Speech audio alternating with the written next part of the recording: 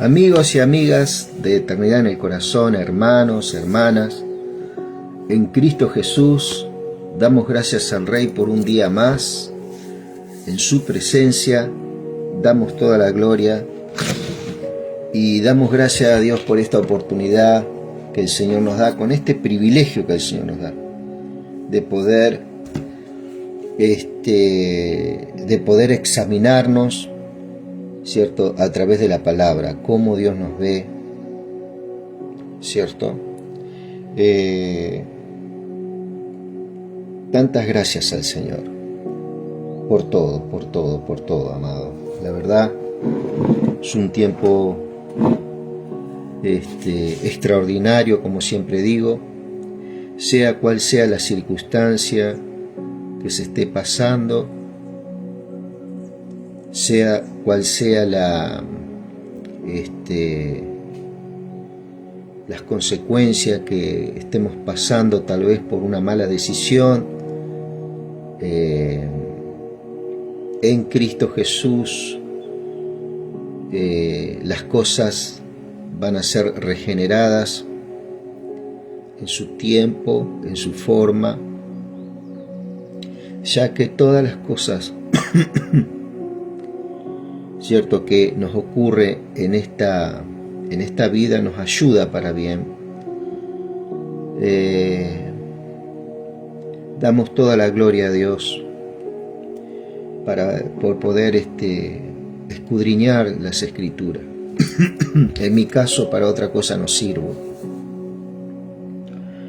¿cierto? Para otra cosa no serviría. Gracias por todo al Padre, por la familia, por el trabajo, por todo lo que el Señor está haciendo, por cada uno de los que por ahí escuchan estas transmisiones, ¿cierto? Algunos amigos del extranjero, como Puerto Rico, Cuba, Colombia, y lógicamente Argentina, ¿cierto? Eso es lo que nos da la posibilidad por ahí de poder charlar un poquito por acá, por este lugar, sabiendo de que uno mismo es el que necesita predicar el mensaje. Como dice el apóstol Pablo, me he puesta necesidad. Pobre de mí si no predico del Evangelio. Pobre de mí si no doy a conocer este mensaje. Todas las cosas ayudan para bien. Pedimos al Espíritu Santo en esta mañana. Le damos gracias al Señor por todo, por todas las cosas. Poder descansar en su presencia un instante, su presencia, su gloria habita nuestras vidas y nosotros también habitamos a su vez. Es un misterio precioso. En su presencia, en su luz hallaremos más luz, dice la palabra. Es un tiempo, Señor, son días de avance en cuanto a la iluminación de la revelación que tú diste a través de tu palabra, Señor, sobre cada uno de tus hijos en todos los rincones de esta tierra, Padre. Tú estés alumbrando cada uno de tus hijos, forjando, preparando sus corazones, Señor, preparando sus corazones de una forma personal sobre cada uno. Señor amado, Espíritu Santo de Dios, te damos toda la gloria, Espíritu Santo, te damos toda la alabanza. Oh Dios eterno, oh Dios poderoso,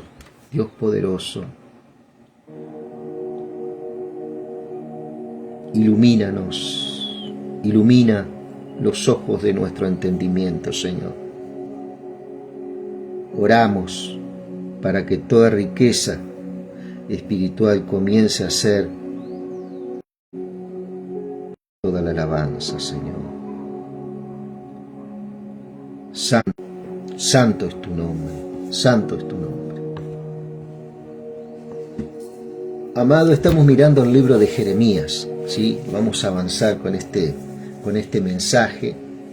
Y ayer podíamos leer Jeremías 31, Hoy vamos a hacer un pequeño repaso en Jeremías 27, Jeremías 27, y ahí vamos a descubrir algunas cosas importantes del ministerio de Jeremías y del pueblo de Israel, ese momento que estaba pasando en la historia, ¿cierto? Israel. Y acá estamos leyendo la versión Palabra de Dios para Todos, ¿sí? Es una versión muy muy linda, como todas las versiones, ¿cierto? De la Biblia, y dice el capítulo 27, Dios te bendiga. Al comienzo del reinado de Sedequías, ¿sí? Damos gracias, Señor. También llamado Joacim en algunos textos, era hijo de Josías. Josías, que empezó a reinar cuando tenía 8 años. Y me acordaba de una profecía, ¿no? Por causa del mal andar de Israel, hubo un profeta, ¿cierto?, que profetizó de que muchachos iban a tomar el trono. Muchachos iban a tomar el trono de Israel. ¿Te imaginas un niño de 8 años reinando? Bueno, eso fue lo que le tocó a Israel. Con la diferencia de que este Josías verdaderamente era una persona que tenía verdaderamente una sensibilidad y una percepción, ¿cierto?, de el Señor, de la persona de Dios, ¿cierto? Josías, en este caso, era el padre de Sedequías o Joacim. Joacim ya estaba ya en el tiempo, ¿cierto?, del cautiverio, del pueblo hebreo, ¿cierto?, que por 70 años tuvo que estar en Babilonia, ¿cierto? Este Sedequías o Joacim recibió un mensaje de parte de Jeremías. Jeremías recibió un mensaje en este reinado, en este tiempo, quiere decir, ¿no? Fíjate vos cómo la misma palabra te va ubicando. Muchas de estas cosas de los profetas están documentadas en algunos historiadores como Herodoto, como Flavio Josefo, que es material también de estudio y es muy interesante, ¿cierto? Así como históricamente, por ejemplo, en la región de Sodoma y Gomorra, ¿cierto?, se ha encontrado que es una zona totalmente estéril, ¿cierto?, ya que se ha encontrado, bueno, material como una brea asfáltica, como sal en toda esa región, o sea, que confirma, ¿cierto?, el hecho de que en Sodoma y Gomorra ocurrió algo verdaderamente catastrófico, como fue que llovió azufre, fuego, sal, y bueno, todo eso, ¿cierto?, es una tierra con alto nivel de azufre, ¿cierto?, toda esa zona del Mar Muerto, por ejemplo. O sea, hay testimonio a través de la topografía de la tierra de estos juicios, ¿cierto?, que sufrió en su momento, ¿sí? Y acá no necesitamos ahondar mucho, sino que la misma Biblia dice que en el reinado de Sedequías o Joacim, como lo ponen en otras en otros lugares, ¿cierto? Generalmente los reyes que tomaban naciones le cambiaban el nombre generalmente a esos reyes que se convertían en vasallos de ellos, ¿cierto? Ocurrió con Daniel, ¿te acordás? Con los 3 amigos que Nabucodonosor le cambió el nombre, ¿cierto? Bueno, acá pasa lo mismo, ¿cierto? Sedequías, este rey de Babilonia, le cambia el nombre a Joacim, ¿cierto? Era algo muy común, que es material de estudio también para ver el por qué hacían estas cosas. Esto fue lo que el Señor me dijo, en ese tiempo, en ese momento.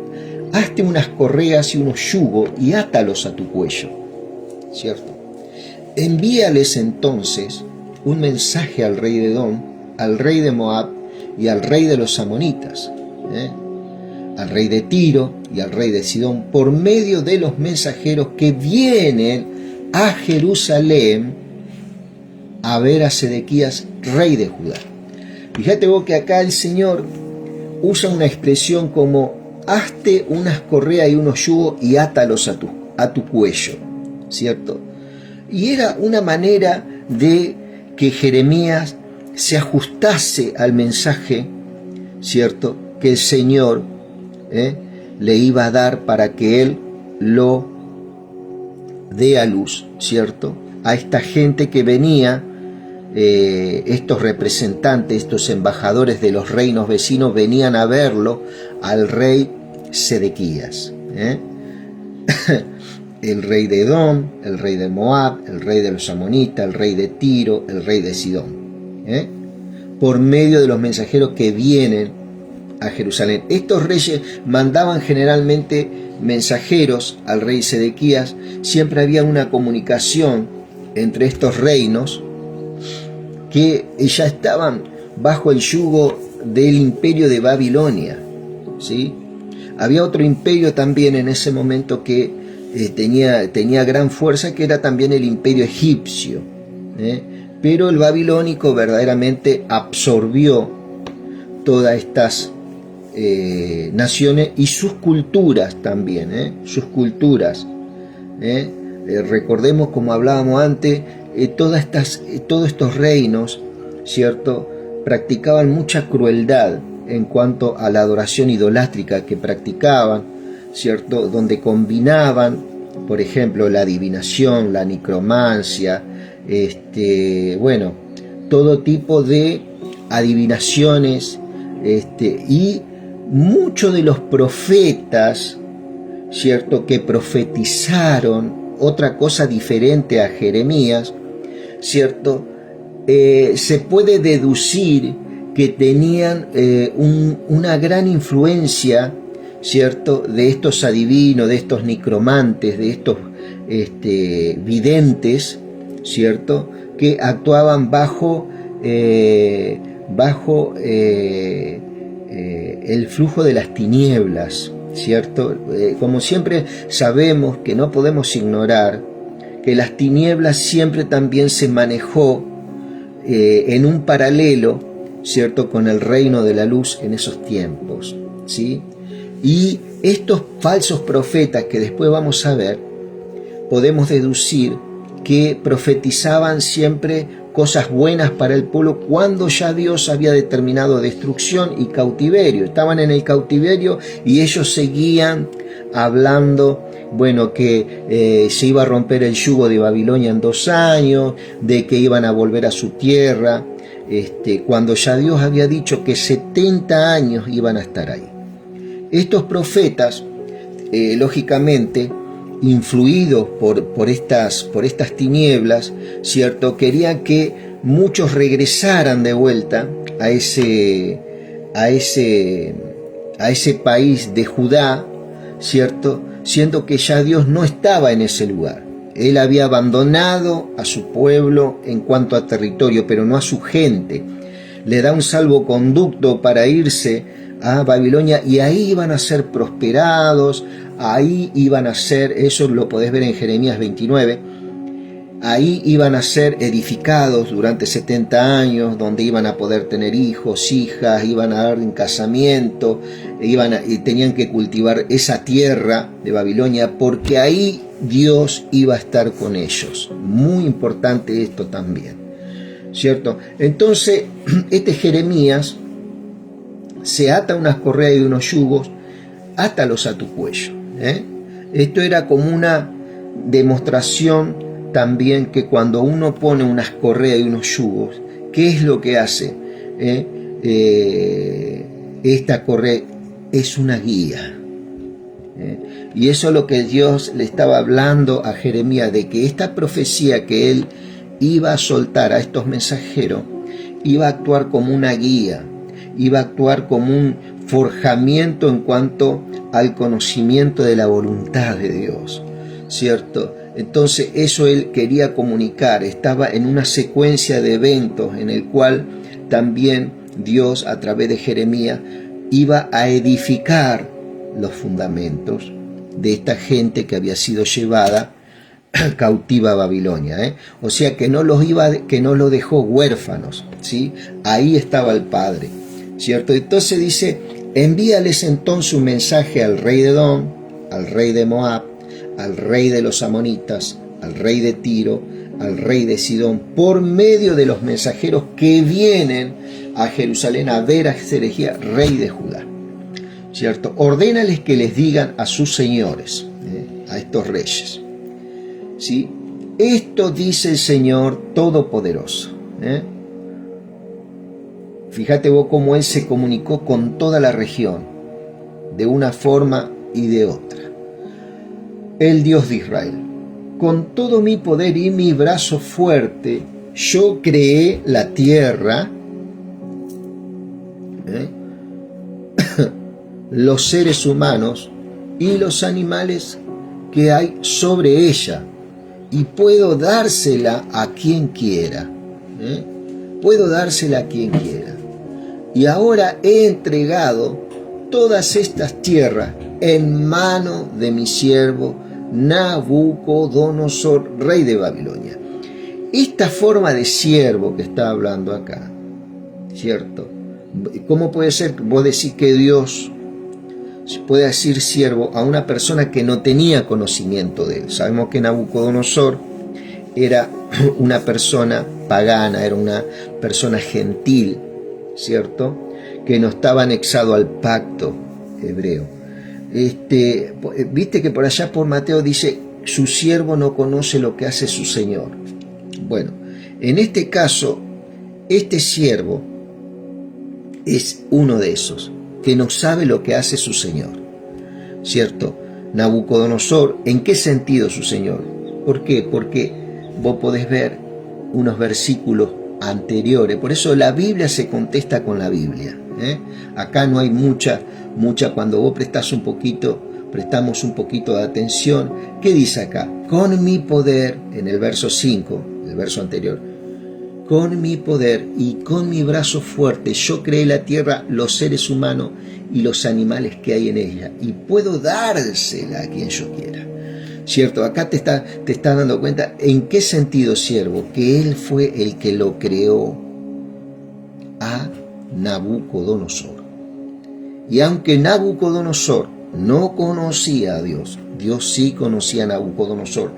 Y también en su prognosis, en su presciencia, ¿cierto? ¿Qué pasa? En el conocimiento anticipado y eterno del Padre, ¿cierto? Sabía que Nabucodonosor se iba a rendir voluntariamente a él, cosa que ocurre en Daniel capítulo 5, por ahí, ¿cierto? Donde entra en un trato con Nabucodonosor, ¿cierto?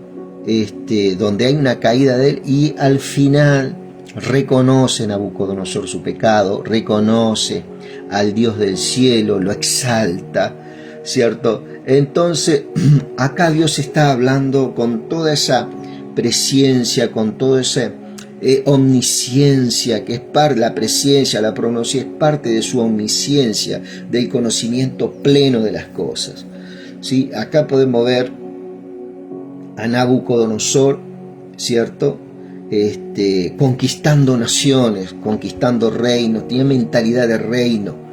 ¿Cuál era una de las cosas que tenía Nabucodonosor? Que aunque era un ser lleno de idolatría, él no se vendía a las naciones extranjeras.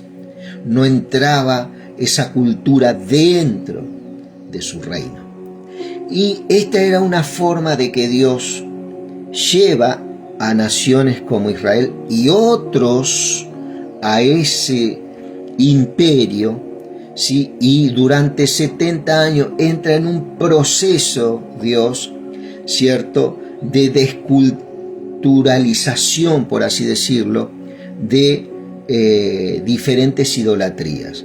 Y con las nuevas generaciones que nacen, ¿cierto?, ya no tenían este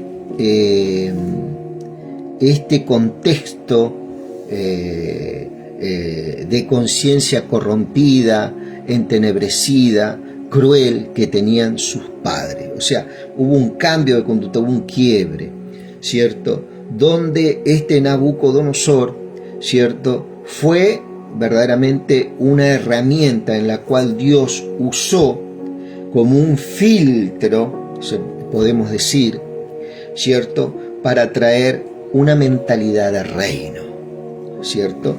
Pero verdaderamente Dios lo que le quería enseñar a estas naciones, lo que era defender una cultura, lo que era, ¿qué era lo que querían que aprendieran? Quería que aprendieran lo que es ser obediente, ¿cierto?, a una palabra de un rey, ¿cierto?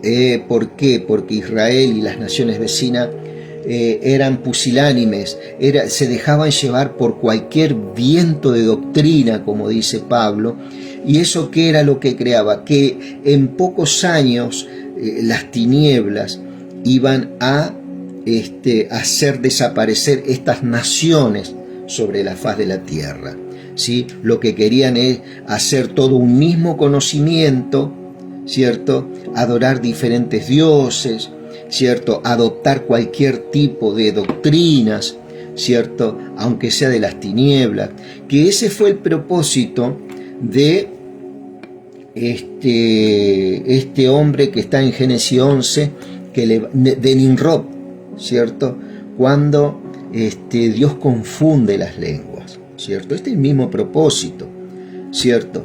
Y entonces acá el Señor interviene, ¿cierto?, llevando cautivo, ¿cierto?, estas poblaciones, estos países, ¿cierto?, durante 70 años. Entonces una generación nueva viene con otro tipo de expectativas, ¿sí? Y ahí es donde hay verdaderamente una restauración a la vuelta que se cumple en Esdras y Nehemías, entre otros, también está Ageo, Sofonías, ¿cierto?, que habla de esta vuelta y de esta restauración. Acá podemos hablar de restauración de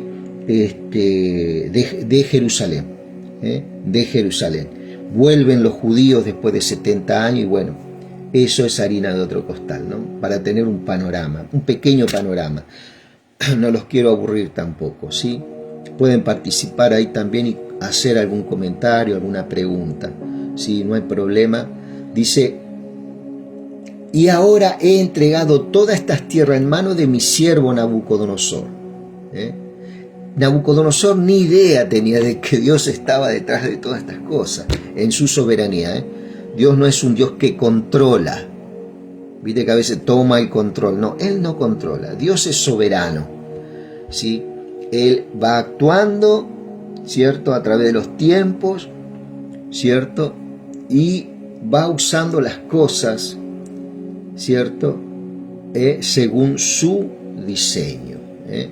Le he entregado hasta los animales salvajes para que estén a su servicio, y todas las naciones le servirán a él, a su hijo y a su nieto.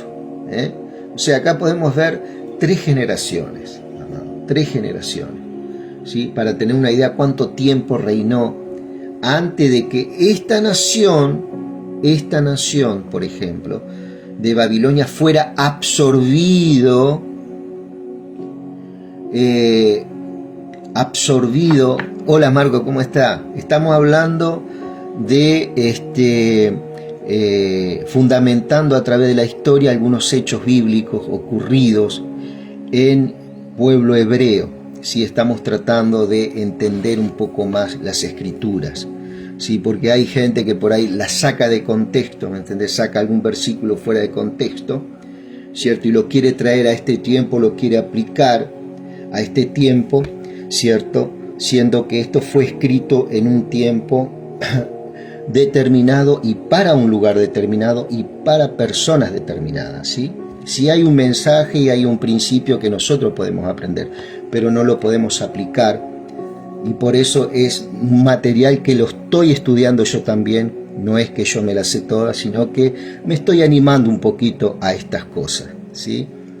Esto no es religión, ¿sí? Si bien amo la gente, ¿cierto? No es religión católica, evangélica, ni testigo de Jehová. Estamos analizando un poco Biblia a la luz del Señor, el cual también adoramos y bendecimos, ¿no? Estamos hablando de su palabra. Estamos hablando un poquito de este Nabucodonosor, ¿cierto? Que fue un imperio, ¿cierto? Que tuvo gran relevancia y fue usado por Dios, ¿cierto?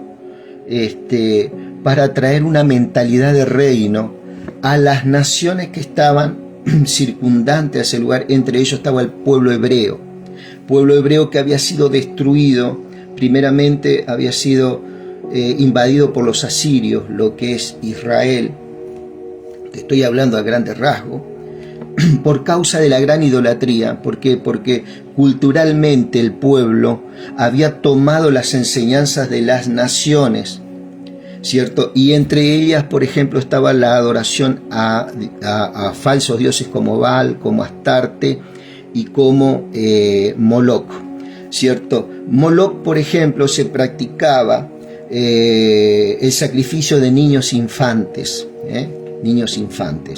por ejemplo, de meses, ¿cierto? Generalmente los matrimonios nobles tenían que rendir a ese niño recién nacido a este dios Moloch para que él les diera prosperidad, para que le fuera bien en la tierra, que la tierra fuera productiva, para ganar en las batallas, en las guerras. Entonces se adoraba, era una forma de adoración. Y estos tres dioses, entre otros, se habían infiltrado en el templo construido por Salomón. Entonces esto era verdaderamente grave, ¿cierto? Para una nación como Israel, ¿cierto? Que había sido llamada a adorar al único Dios verdadero, ¿cierto? Entonces Israel toma la cultura de naciones vecinas, ¿cierto? Y llegó un punto que se empezó a desarrollar unas conductas dentro del pueblo que eran contrarias, por ejemplo, a la familia. Había muchas conductas crueles, por ejemplo, a la diosa Astarte, que te digo, y a Baal, ¿cierto? Se practicaba un tipo de prostitución sagrada, se llamaba, y involucraban a niñas, a sus propias hijas, en este tipo de prostitución, ¿cierto? Con extranjeros, ¿me entendés? Entonces todo esto se fue forjando por años, ¿cierto? Por muchos años, alrededor de 100 años, y eso llevó a conductas muy crueles, ¿cierto? Sobre el pueblo de Israel y Judá, a tal punto de que Dios tuvo que intervenir, porque si esto seguía, ¿qué era lo que iba a pasar? Iba a desaparecer tanto Israel como Judá de la faz de la tierra, por causa, vos sabés que una de las batallas hoy en día para vencer, ¿cierto? Nosotros hablamos de las tinieblas, para vencer, ¿cierto? Es la cultura. Culturalmente se infiltran ciertas corrientes, ¿cierto? A través de los tiempos, que batallan contra la familia y todo el contexto, todo el tejido de relaciones que se emanan después, ¿no? ¿Cómo es? Entonces es una de las cosas que tenemos que estar nosotros alerta y despierto a estas verdades. Entonces un poquito estamos tratando de que el Señor nos guíe, ¿cierto?, en estas cuestiones por medio de su palabra. Entonces está Israel, ¿cierto? Si Dios dejaba esto, permitía esto, Israel iba a desaparecer de la faz de la tierra. Hay una palabra que dice, si Dios no hubiera dejado un remanente, hubiéramos sido como Sodoma y Gomorra, ¿cierto? Eso habla también en algunos profetas, ¿cierto? Y Sodoma y Gomorra sabemos lo que pasó, desaparecieron como nación, ¿sí? Entonces Dios tiene misericordia de este pueblo. Ya el pueblo en sí estaba destruido culturalmente, sus reyes mataban y asesinaban gente inocente. En estos cultos, si el matrimonio noble no tenía un hijo, se compraba un hijo a gente que no tenía recursos. Esta gente le vendía a su hijo, lógicamente, porque había hambre, había enfermedades, cosas, había gran necesidad, ¿cierto? Entonces se practicaba esto tan cruel, ¿no? Y se le vendía el hijo a esta persona noble que después lo ofrecía a este dios Moloch, se lo quemaba vivo. Era una estatua que tenía los brazos extendidos así, y esto prendían fuego debajo de esas manos de hierro, y ahí se freían esos niños, esos infantes, ¿cierto? Y bueno, con todo tipo de danzas, donde había, bueno, necromantes, había diferentes adivinación, por ejemplo, había danza y había un toque de tambor, en el cual dice que esto está documentado por algunos historiadores como Herodoto y Flavio Josefo, entre otros, de este tipo de adoración, y donde se tapaba el llanto del niño. Y la persona que le vendía a los niños a estos nobles para que sacrificaban, ya que no tenían niños estos nobles, ¿cierto?, tenían que presenciar eso, ¿cierto? Y si ellos ponían alguna expresión de dolor, inmediatamente le sacaban el dinero, ¿cierto? Fíjate vos las cosas, ¿no? A qué punto se había llegado. Es muy loco esto. Entonces Dios, viendo todo eso, si yo dejo que esto siga, Él hablaba a través de sus profetas, vuélvanse a mí, dejen estos dioses, dejen estas prácticas, pero el pueblo se metía cada vez más, ¿cierto? Entonces ya cuando Dios destruye Israel y Judá, ya el pueblo ya estaba destruido culturalmente. Entonces, ¿por qué destruye? Porque esta gente no quería abandonar esta tierra. Entonces, cuando Él destruye esta tierra, muchos son obedientes y van a Babilonia. Entonces, ahí Dios estaba, en Babilonia, Dios estaba, y el pueblo que iba a esos lugares eran prosperados. Exactamente, Nabucodonosor. Esa época, más o menos era en el 605 a.C. Vos me podrás ayudar. Entonces, por eso fue que Dios tuvo que destruir Israel y Judá en ese tiempo. Hay muchos que no entienden cómo puede ser que un Dios tan bueno destruya una nación, ¿cierto? Pero este fue un extremo que tuvo que hacer el Señor, porque en sí la nación culturalmente había sido destruida ya. Si Él dejaba esto, la próxima generación ya iba el país como nación, porque había una fuerte influencia también de esta idolatría en la política. Como nación iba a desaparecer. Y si esta nación desaparecía, ponele vos, cierto que es así, sabemos que la profecía hablaba de que Cristo iba a venir de los judíos, de la tribu de Judá, la cual no había sido llamada a la administración del templo, pero de esta tribu, ¿cierto?, nace Jesús. Si esto ocurría, ¿cierto?, acordate bien de Génesis 3:15, donde la simiente de la serpiente iba a batallar contra la simiente de la mujer. ¿Y de qué forma? Una de las formas era esta, a través de la idolatría, una problemática que tuvo Israel desde que salió de Egipto. ¿cierto? Constantemente detrás hay una lucha de las tinieblas con la luz, ¿cierto?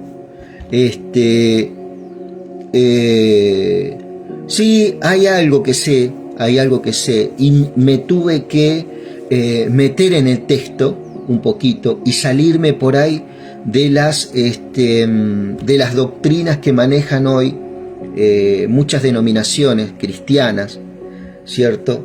La cual también han sido en su momento de gran bendición, ¿cierto? Pero hay cosas que llegan, que tienen un techo, entonces de ese techo vos tenés también como hijo de Dios, tenés que romper y entrar más, involucrarte más en la profundidad de su palabra, ¿cierto? Pero tampoco no, ¿cómo te puedo decir? No cancelar la gente que está también en esos lugares adorando al Señor, ¿sí? Y en eso tenemos que tener paz y nos tenemos que atrever a entrar más en el texto, porque de esto depende también después tu descendencia, Marco, y tu vida, donde vos vas a saber quién sos en Cristo, qué tenés y qué podés, ¿cierto? Entonces estamos hablando un poco de la historia de nuestros ancestros en cuanto al conocimiento espiritual, ¿cierto? Y fue un tiempo verdaderamente de angustia de Jacob, por eso Jeremías por ahí dice la angustia de Jacob, donde el pueblo, después de esos 70 años, sale una generación nueva, Marcos, sale una generación nueva con otra perspectiva, ¿cierto? Ya el imperio babilónico estaba en declive, comienza el imperio medo-persa, ¿cierto? Que es una de las zonas de Irán, por ahí, tengo entendido, y absorbe lo que es el imperio babilónico, y hay un rey llamado Artajerjes en la historia, y salen algunas películas por ahí, creo que había Artajerjes 1, Artajerjes 2 y Artajerjes 3, tengo entendido.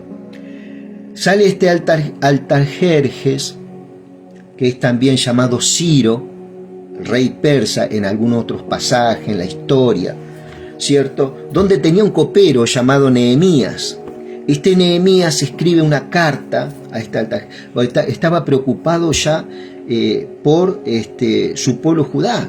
Él ve que las profecías apuntaban a ese tiempo, a que Judá tenía que volver a su lugar. Habían pasado 70 años, pero todo esto movido por Dios. Un copero, fíjate vos, hace toda esta poderosa vuelta de los judíos, ¿sí? Y eso lo vas a poder ver vos en Nehemías, y vas a poder ver la Biblia en su contexto. Toda la Biblia es un paño perfecto, ¿cierto? Y habla de ¿quién? Habla de Cristo. Todo habla de Cristo, ¿sí? Entonces vuelve el pueblo, ¿cierto? Y dice que sus puertas estaban prendidas a fuego, sus muros estaban destruidos. Entonces Dios comienza a despertar, ¿cierto? Profetas como Ageo, Sofonías, príncipes como Zorobabel, hijo de Salatiel, ¿cierto? Y hay toda un éxodo judío otra vez a su tierra, ¿cierto? Esto ocurre 70 años después, ¿sí?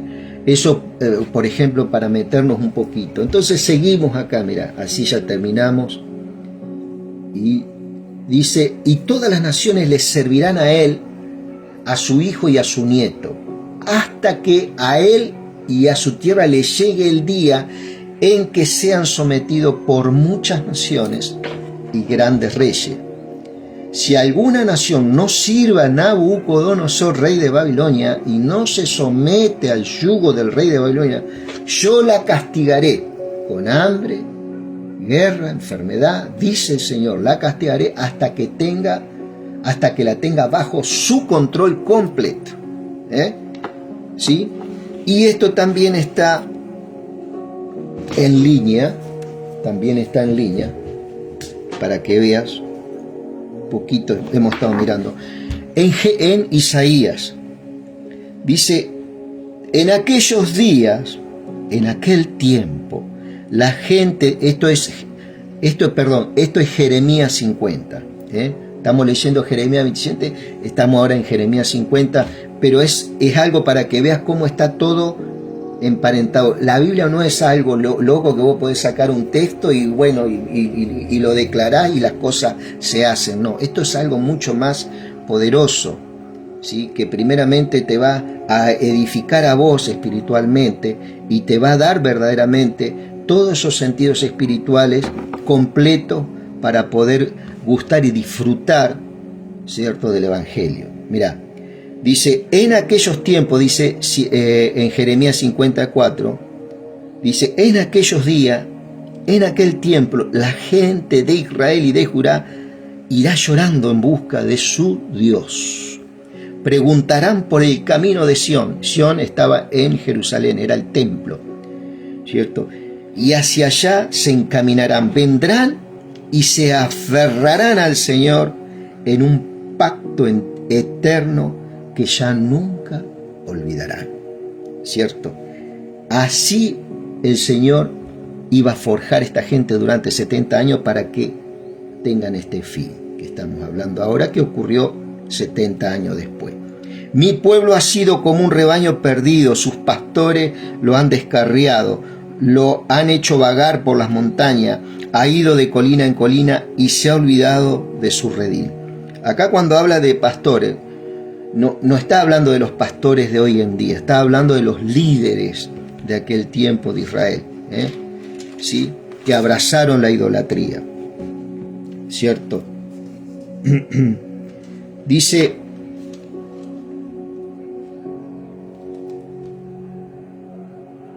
todos los que lo encuentren lo devoran, no somos culpables, decían sus enemigos, porque ellos pecaron contra el Señor. Él es morada de justicia, esperanza de sus antepasados. ¿Sí? Huyan de Babilonia, abandonen ese país. Acá se cumplen los 70 años, Marco, mirá. Huyan de ese país. Sean como los machos cabríos que guían a las ovejas. Porque yo movilizo contra Babilonia una alianza de naciones del norte, se alistarán contra ella y desde el norte será conquistada. Sus flechas son como expertos guerreros. Acá está hablando del imperio medo-persa, ¿sí? Que va a invadir en ese tiempo Babilonia.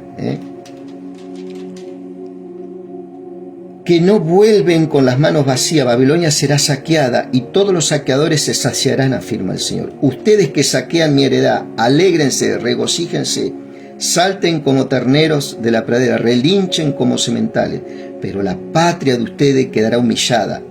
La que les dio la vida quedará en vergüenza, será la última de las naciones, se convertirá en sequedal y desierto y estepa.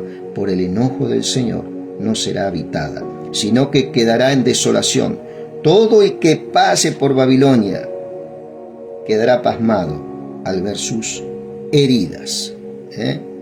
¿Sí? Fíjate vos lo que Dios hace con los imperios, que se levantan, tienen un tiempo, ¿cierto? Tienen un tiempo, ¿cierto? Sí, ese tema de los ídolos, en sí, en los ídolos, en esos falsos dioses, no hay poder, no hay ningún tipo de poder. Lo que sí, las tinieblas usa estos íconos, por así decirlo, ¿cierto? Donde el hombre rinde culto a las tinieblas sin saberlo. Y las tinieblas toman lugar cuando el hombre le da lugar. Las tinieblas no tienen autoridad contra un hijo de Dios, no tienen autoridad, no tienen poder contra un hijo de Dios. Que nos pueden batallar, sí, que pueden defenderse cuando hay un avance de la luz, en el caso de tu vida en cuanto a edificación, sí, ¿cierto? Pero la fe tuya va a activar el poder de la gracia que está en tu vida, que es del Señor, y vas a salir más que vencedor de todas esas cosas. El diablo puede tocar tal vez en algún momento tu salud, pero si vos estás en Cristo, así como el tema de la fe no es decir, no tengo esto. La fe no niega lo que vos estás pasando, ¿sí? La fe te ayuda a salir de esas cosas en Cristo, ¿no? Siempre, amado, siempre. Es algo temporal. Lo temporal está sujeto a cambio, ¿me entendés? Esa enfermedad, ese problema personal, lo que estemos adoleciendo, está sujeto a cambio.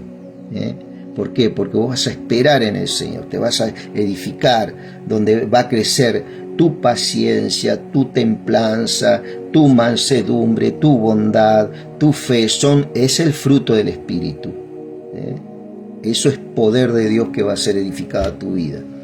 En este tiempo no había estas cosas, porque Cristo no había venido, ¿cierto? Entonces fácilmente la gente se dejaba llevar por cualquier tipo de filosofías. Entonces, ¿cuál es el compromiso nuestro? El compromiso nuestro es meternos en el texto bíblico. No te quedes con esto que yo te estoy hablando, metete vos también de a poquito en estas cosas. Y así vas a ver cada engaño muchas veces que se levanta, ¿no? Y atrás de las voces que se levantan, ¿cierto? Hablando destrucción, hablando del fin de los tiempos, vos vas a saber muy bien dónde estás afirmado. Tu casa va a estar en la roca. Y no te vas a dejar llevar por temores que vienen, noticias malas que vienen. No, vas a analizar todo en el Espíritu. ¿Sí? Dice: yo castigaré con guerra, hambre y enfermedad, dice el Señor, la castigaré hasta que tenga bajo su control por completo, que fue lo que vimos, ¿no? En Isaías 50. No escuchen a sus profetas, a sus adivinos, a los que reciben mensajes en sueños, a sus videntes, a sus hechiceros, que les dicen que no se sometan al rey de Babilonia. ¿Sí? Muchos profetas también, como hay hoy en día. Viste que hay una doctrina que por ahí se ha hablado. Dios no le dice nada, no habla nada sin que le diga a sus profetas. Ojo con esto, porque sale cualquiera a declarar y a hablar cosas, que viene el fin del mundo, que viene el anticristo, hay sucesos que tienen que pasar, que ya vamos a hablar de eso. No quiero confundir, para que esto venga, ¿cierto? Ojo con esos profetas que se levantan y bueno, son seguidos por multitudes, y hicieron desastre a través de la historia, desastres. Y dice: no escuchen a sus profetas, a sus adivinos, a los que reciben mensajes en sueño, a sus videntes y a sus hechiceros. Fíjate que todos los meten en una misma bolsa. Hechiceros, profetas, adivinos, estaban muy influenciados por los hechiceros, que les dicen que no se sometan al rey de Babilonia. La orden de Dios era que fueran a Babilonia, el pueblo tenía que ir a Babilonia. Y ahí iban a ser edificados, fortalecidos, alimentados, forjados en Dios. Porque ellos les profetizan mentiras con el fin de que ustedes se alejen de su país y yo le destierre y mueran. ¿Qué pasa? Si ellos se volvían después de la cautividad o se quedaban, iban a morir. Dios le dijo. Dice: en cambio, a la nación que se someta al yugo del rey de Babilonia, la dejaré en su tierra, la trabajará y vivirá en ella. Es la decisión del Señor.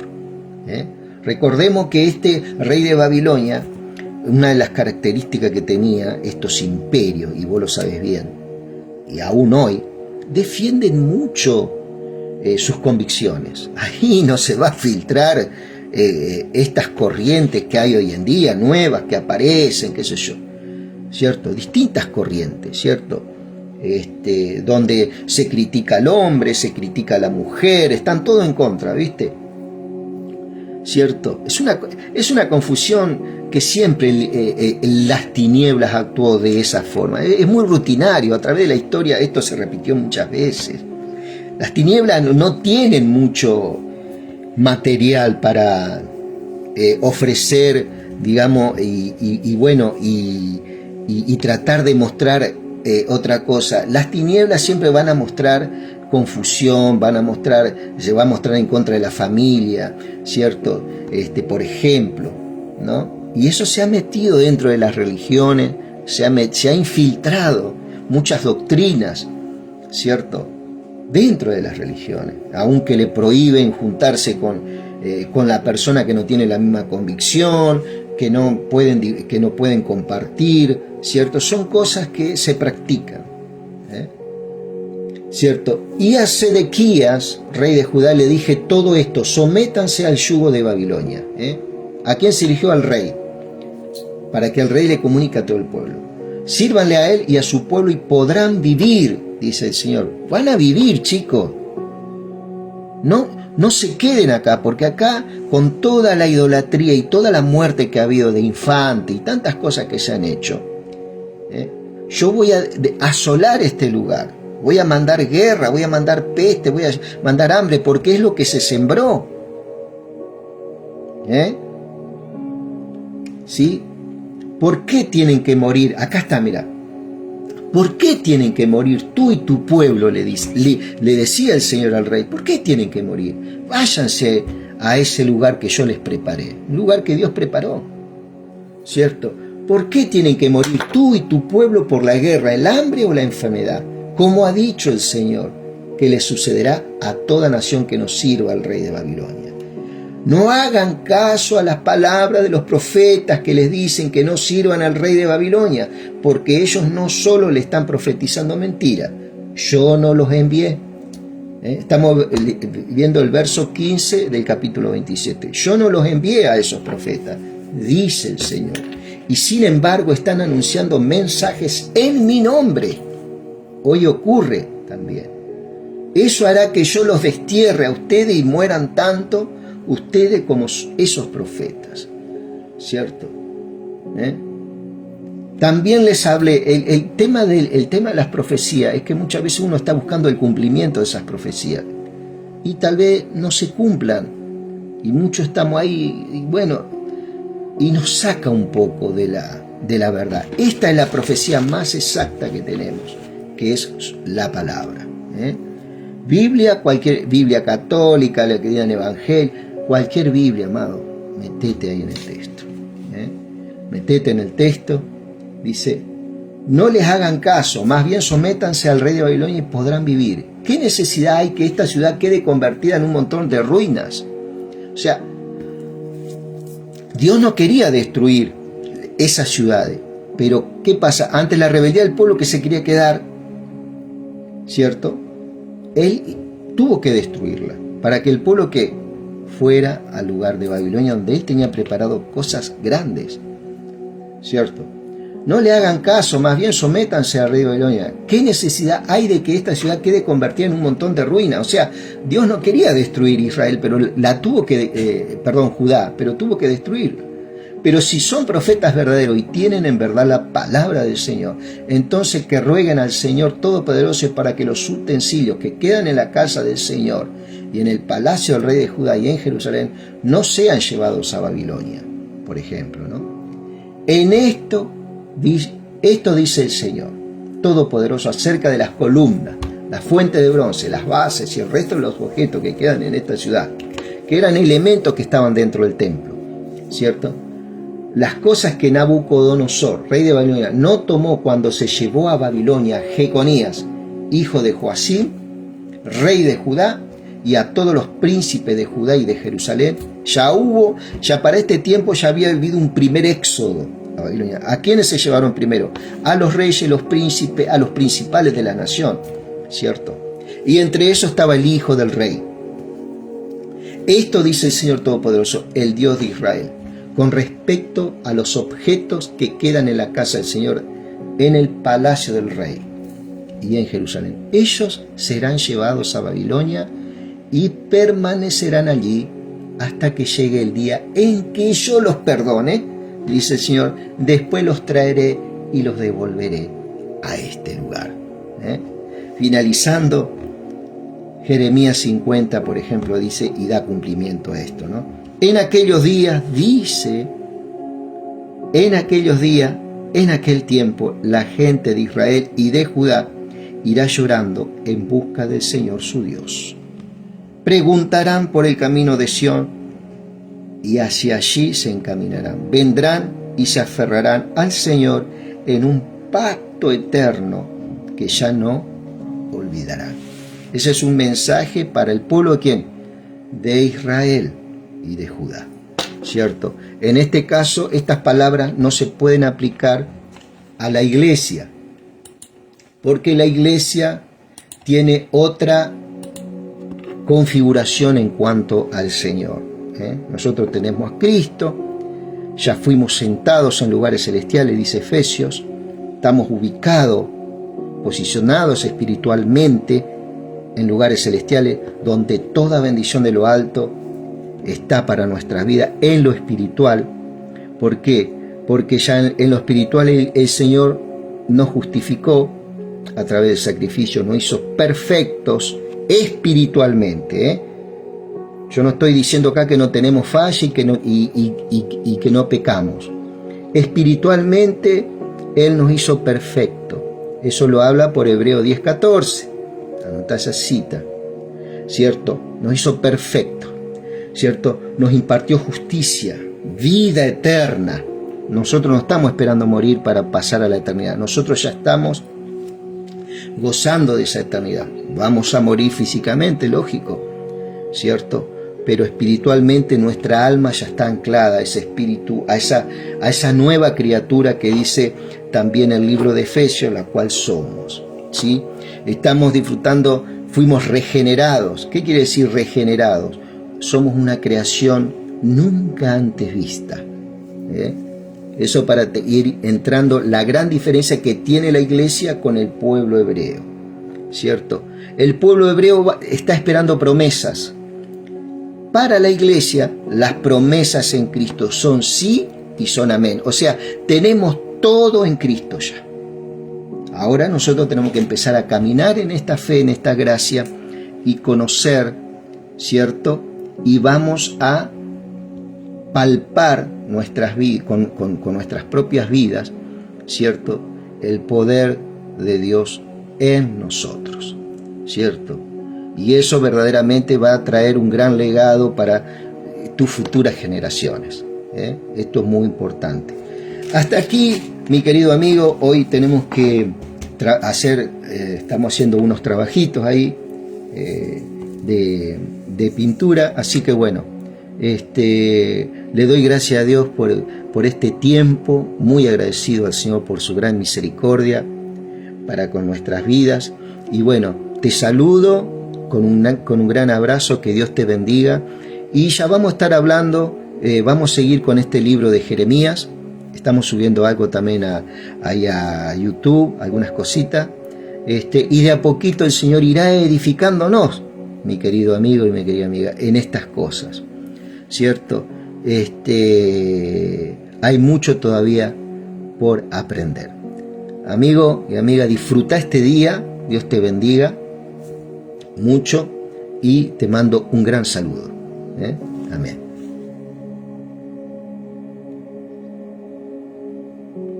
Gracias, Rey.